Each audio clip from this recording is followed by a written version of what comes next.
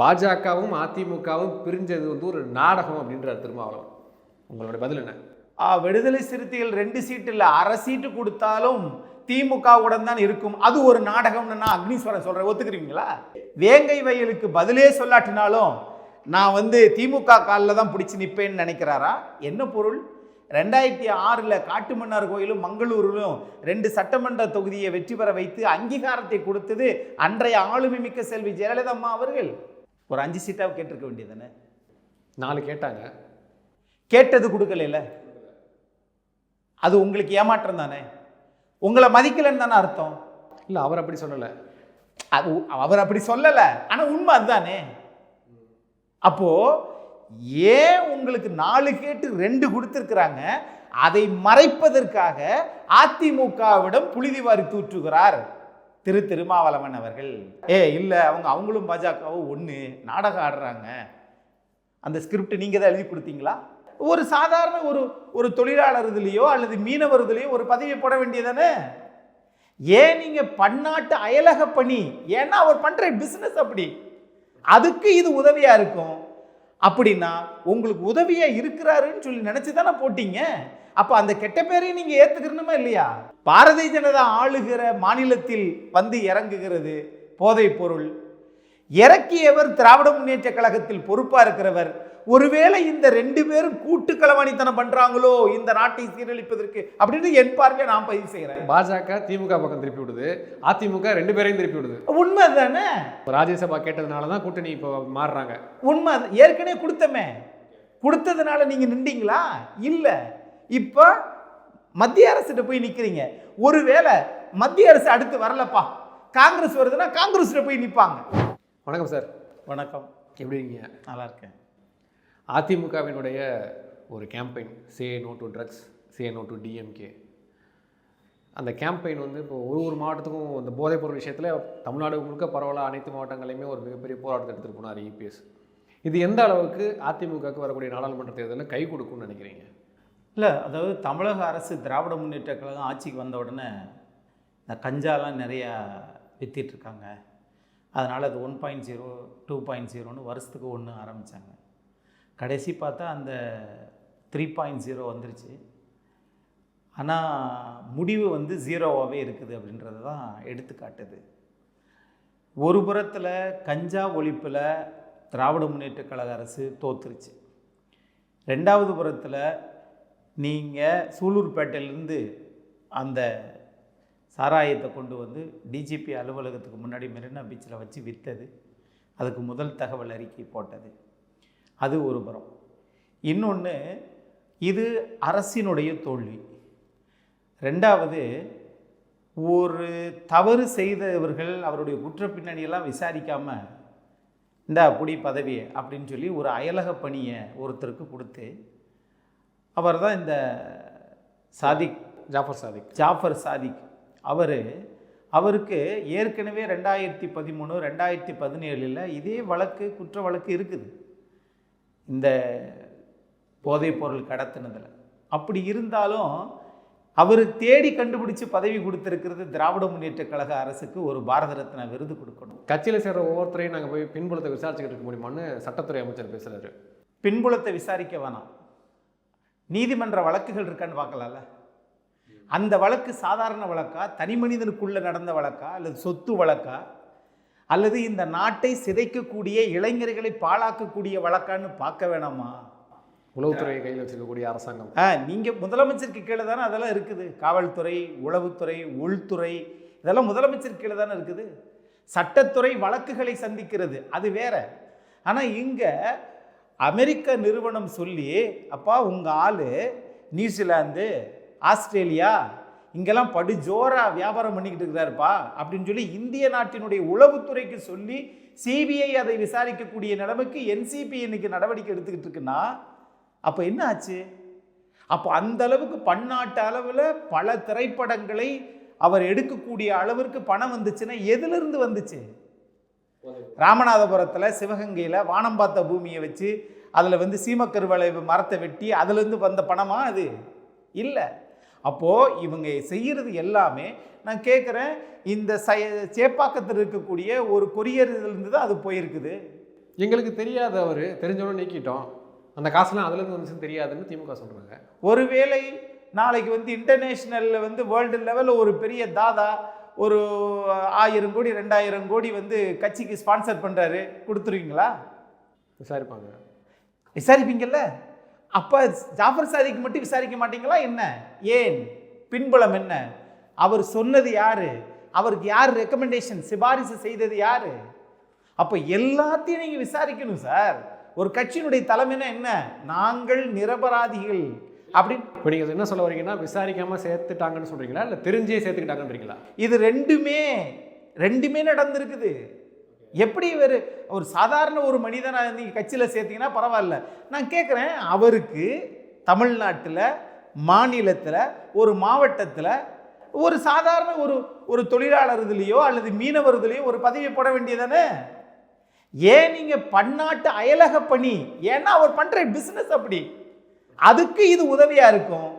அப்படின்னா உங்களுக்கு உதவியாக இருக்கிறாருன்னு சொல்லி நினச்சி தானே போட்டீங்க. அப்போ அந்த கெட்ட பேரையும் நீங்கள் ஏற்றுக்கணுமா இல்லையா? ஸோ தெரிஞ்சிருக்கு. அப்போ இட்ஸ் a known fact. தெரிஞ்சே செய்த தவறு, தெரியாமல் செய்த தப்பு, இது தெரிஞ்சே செய்த தவறு. திராவிட முன்னேற்ற கழகம் உடனடியாக அப்படி எல்லாத்தையும் நாங்கள் நடவடிக்கை எடுத்துட்டோம், நிரந்தரமாக நீக்குகிறோம். செந்தில் பாலாஜி பல மாதமாக இருக்கிறார், அவர் இன்னும் நிரந்தரமாக நீக்கலை. அப்போ செந்தில் பாலாஜி செய்த குற்றத்தை விட அதிக குற்றம் 2000 கோடி. செந்தில் பாலாஜி சாதாரணமாக 6 கோடிக்கு நிரந்தரமாக நீக்கலை, 2000 கோடிக்கு நிரந்தரமாக நீக்கிறீங்கன்னா அப்போ குற்றத்தை நீங்களே ஒப்புக்கொண்டீங்கன்னு அர்த்தம். பிரதமர் மோடி இங்கே சென்னைக்கு வந்தப்போ பேசுகிறாரு, இது ரொம்ப சீரியஸான விஷயம், திமுக அரசாங்கத்தினுடைய உதவியோடு தான் போதைப்பொருள் கடத்தல் நடந்திருக்கு அப்படின்றது அவர் உறுதியாக சொல்கிறாரு. ஆட்சிக்கு ஏதாவது பிரச்சனை இருக்கா? இல்லை, ஆட்சிக்கு பிரச்சனை இருக்கா இல்லைன்னா அரசாங்கம் தான் முடிவெடுக்க முடியும்.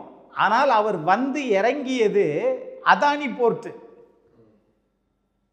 அப்போ பாஜக மீதும் தெரிந்தே அவர்களும் செய்கிறார்கள். எனக்கு என்ன ஒரு சந்தேகம்னா, பாரதிய ஜனதா ஆளுகிற மாநிலத்தில் இறங்குகிறது போதைப் பொருள், இறக்கியவர் திராவிட முன்னேற்ற கழகத்தில் பொறுப்பா இருக்கிறவர்.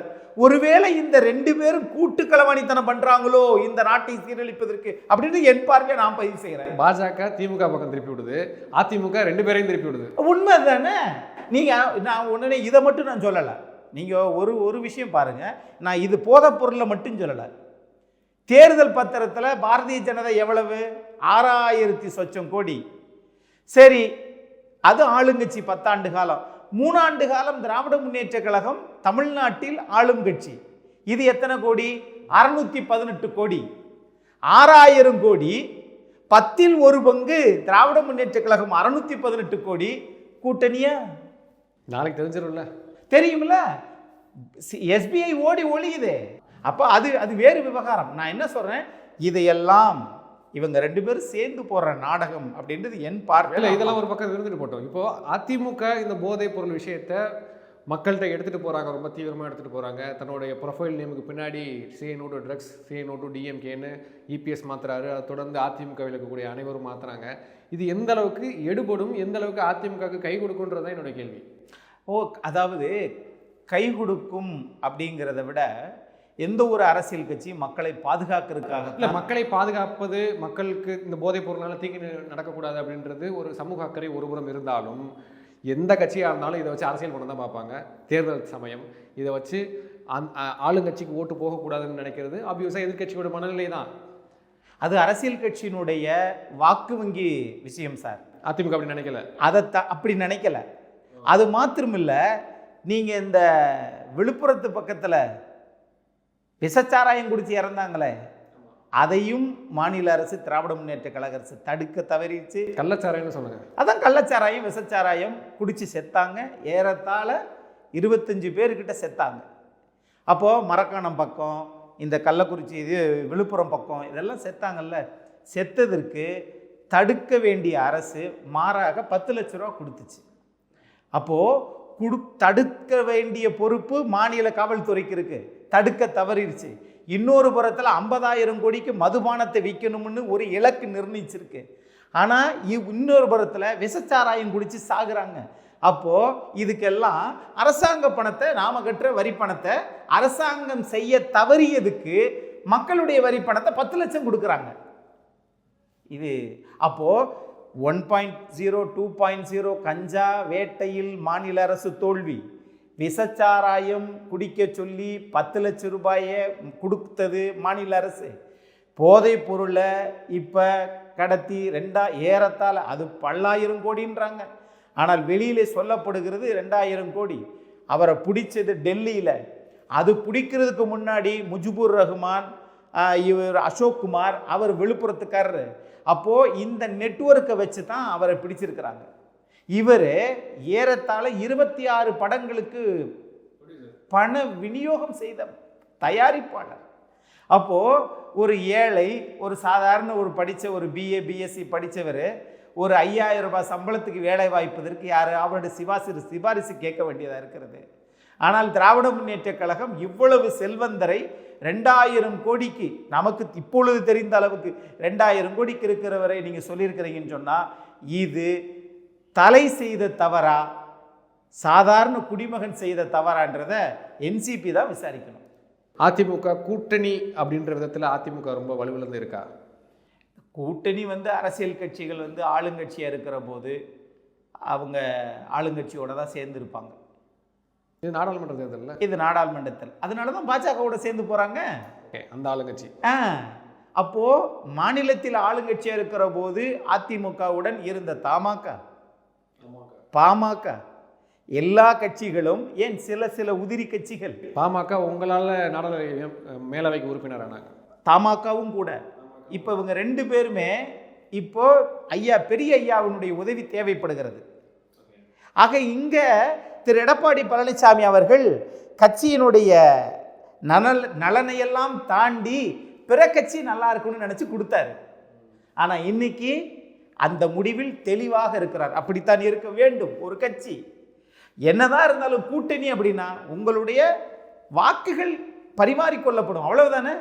அதிமுகவினுடைய சீட்டுகளை ராஜ்யசபா சீட்டு கொடுக்க வேண்டிய அவசியம் இல்லை எந்த ஒரு கட்சியும். ராஜ்யசபா கேட்டதுனால தான் கூட்டணி இப்போ மாறுறாங்க. உண்மை, ஏற்கனவே கொடுத்தமே, கொடுத்ததுனால நீங்க நின்றீங்களா? இல்லை. இப்போ மத்திய அரசிட்ட போய் நிற்கிறீங்க.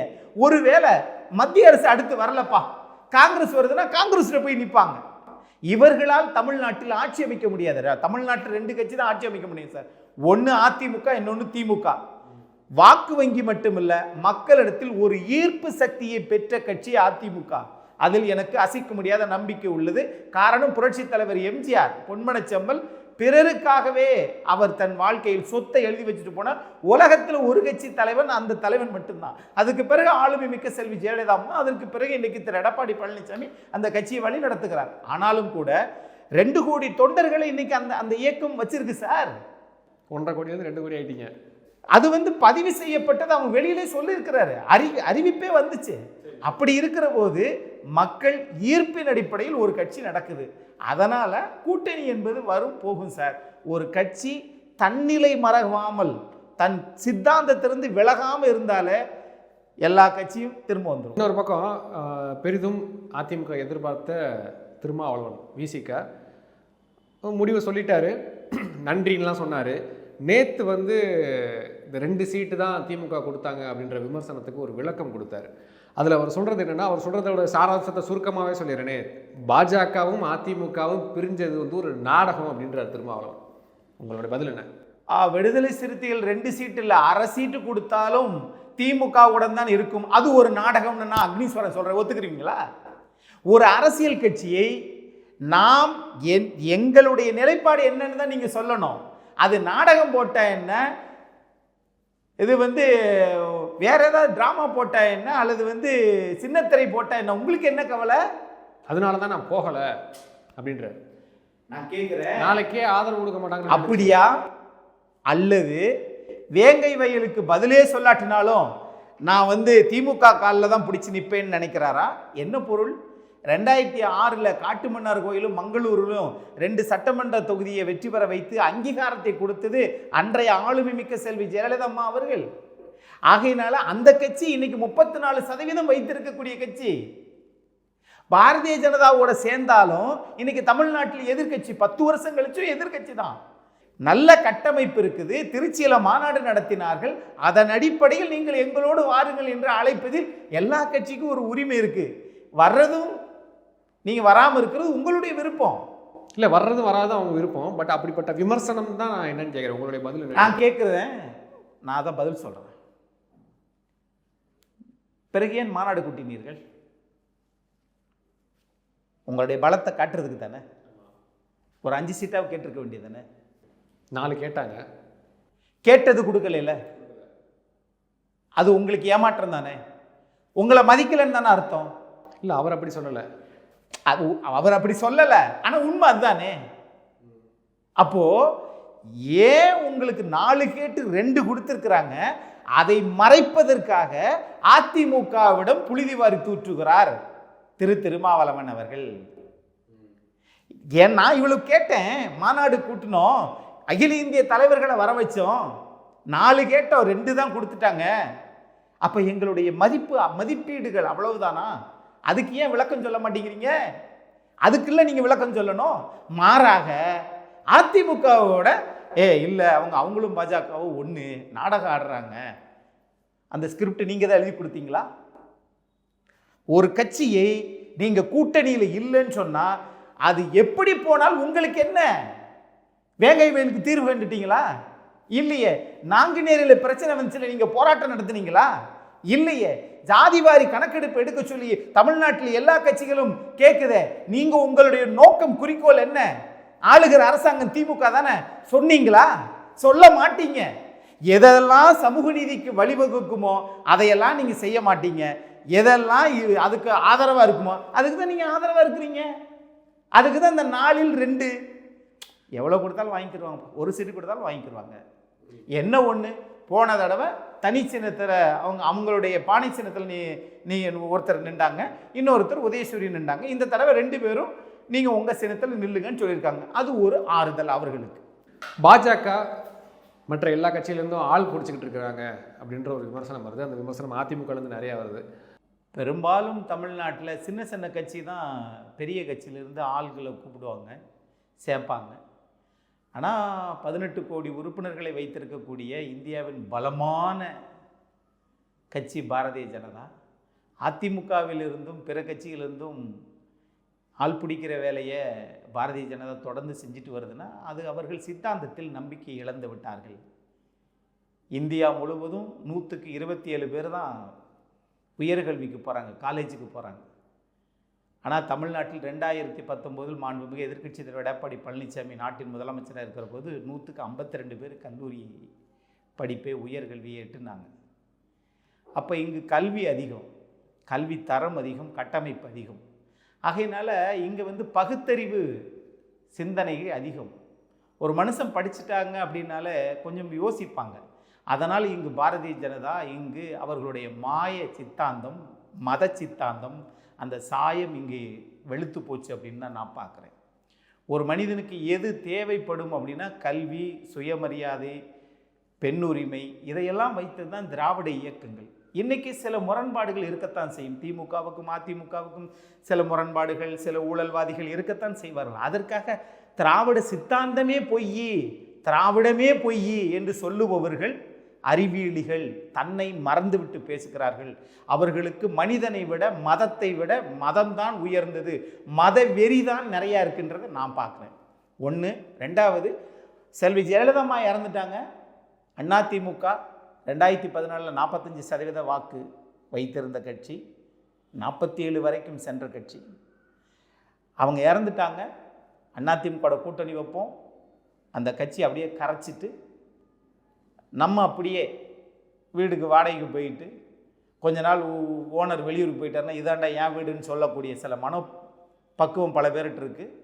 அந்த மாதிரியான வாடகை வீட்டுக்கு போய் இது சொந்த வீடு ஆக்கக்கூடிய ஒரு மனோபாவம் பாரதிய ஜனதாவுக்கு உண்டு. காஷ்மீர் டு கன்னியாகுமரி எந்தெந்த கட்சியெல்லாம் நம்மளோட கூட்டணிக்கு வராங்களோ அதை உடைச்சி 2ஆக பிளந்து, சின்னத்தை உடைச்சி, அவர்களுக்கு பூவை உருவாக்க தெரியாது, ஆனால் பூவை கிழித்து வீச தெரியும். அந்த மாதிரியான பாரதிய ஜனதா அந்த வேலையை செஞ்சிட்ருக்கு. தமிழ்நாட்டை பொறுத்தவரை அவங்க எனக்கு தெரிஞ்சு எதையும் ஆக்கப்பூர்வமாக செய்யலை அப்படின்றது என்னுடைய பார்வையாக நான் பார்க்குறேன். எந்த செயலுமே நீங்கள் மேகதாதுல பணத்தை ஒதுக்கி கட்டுவேன்றாங்க. உங்கள் நிலைப்பாடு என்ன தெரியலை. ஒரு செங்கலை வச்சு திரு மாண்புமிகு விளையாட்டுத்துறை அமைச்சர் உதயநிதி போன முறை ஆட்சிக்கு வந்தார் 2020. அந்த இடத்துல எனக்கு இன்னொரு கேள்வி வருது. கடந்த முறை பாஜக கர்நாடகத்தில் ஆளும் பொழுது அதே பாஜகவோடத்தில் அண்ணாமலை இங்கே மேகதாதுக்கு எதிராக இங்கே போராட்டம் பண்ணார். நான் எங்கள் கட்சிக்கு எதிராகவே போராட்டம் பண்ணுறேன் பாரு அப்படின்னு. இப்போ காங்கிரஸ் சொல்கிறாங்க, இப்போ எங்கே போனார் தெரியல. இப்போ போராட்டம் பண்ண மாட்டார். ஏன்னா கெட்ட பேர் திமுக போராட்டம்ன்ற ஒரு எண்ணம். அப்போது அரசியலில் இந்த நிலைப்பாடு தான், இரட்டை நிலைப்பாடு தான் தமிழ்நாட்டில் தேசிய கட்சிகள் பண்ணிக்கிட்டு இருக்குது. இங்கே நீங்கள் எதை செஞ்சாலும் இங்கே பகுத்து பார்த்து, ரேஷனல் திங்கிங் பகுத்து பார்த்து இது நல்லதா கெட்டதா இவங்க சொல்லிக்கிட்டே இருக்காங்களே, இதுக்கு என்ன உருவம், என்ன செயல்பாடு. நான் அணை கட்டினேன் என்றால் அந்த அணை எங்கே, அதுதான் மக்கள் பார்க்குறாங்க. கல்வி கடன் காணாமாயிருச்சு. ஒரு சாதாரண டோல்கேட்டு எது நம்ம செங்கல்பட்டு, போரூர், சூரப்பட்டு 3 டோலையும் எடுங்கயான்னு சொல்லிட்டு வந்தாங்க. இன்னும் வரைக்கும் எடுக்கலை. 3 வருஷம் ஆச்சு. அப்போது இது எல்லாமே ஒரு விஷயம் சார். நீ என்னதான் படித்தாலும், என்னதான் செல்வந்தராக இருந்தாலும் உங்களை வறியவனாக மாற்றுவதற்கு பாரதிய ஜனதா துடிக்கிறது. அதுக்கு எல்லா அரசியலமைப்பினுடைய அங்கங்களிலும் கை வைக்கிறது. அவங்களால முடிஞ்ச அளவு எல்லாத்தையும் சிதைக்கணும். அது கட்சியாக இருந்தானே, நாடாக இருந்தானே, யாராக இருந்தானே, ஜனாதிபதி பதவி இந்தியாவுடைய முதல் குடிமகன், அவங்களையே நீங்கள் புதிய பாராளுமன்றத்துக்கு விடாமல் வச்சுருக்கீங்கன்னா இது எவ்வளவு பெரிய சமூக அநீதி. பிறகு ஏன் நீங்கள் நாங்கள் ஒரு தலித் பெண்மணியை நாங்கள் மார்தட்டிக்கிறீங்க, நாங்கள் ஜனாதிபதி ஆக்கிட்டோம். அதற்கு நீங்கள் ஆக்காமலே இருந்திருக்கலாமே. நாங்கள் ஆக்கிவிட்டோம், ஆனால் பாராளுமன்றத்துக்குள் விட மாட்டோம். இப்போ தெரியுதா எதை தூக்கி பிடிக்கிறாங்கன்னு சொல்லி. அப்போது நீங்கள் என்ன சார், கிளியாத வேட்டி, பசிக்கு சோறு, ஒழுகாத வீடு, இதை 3ஐயும் கொடுக்க வேண்டும் என்று சொல்லுவது திராவிட சித்தாந்தம். இது 3க்கு வரிய போடுறான்னு சொல்றது பாரதிய ஜனதா சித்தாந்தம். ஏழையின் சிரிப்பில் இறைவனை காண்போம், பேரறிஞர் அண்ணா சொன்னது.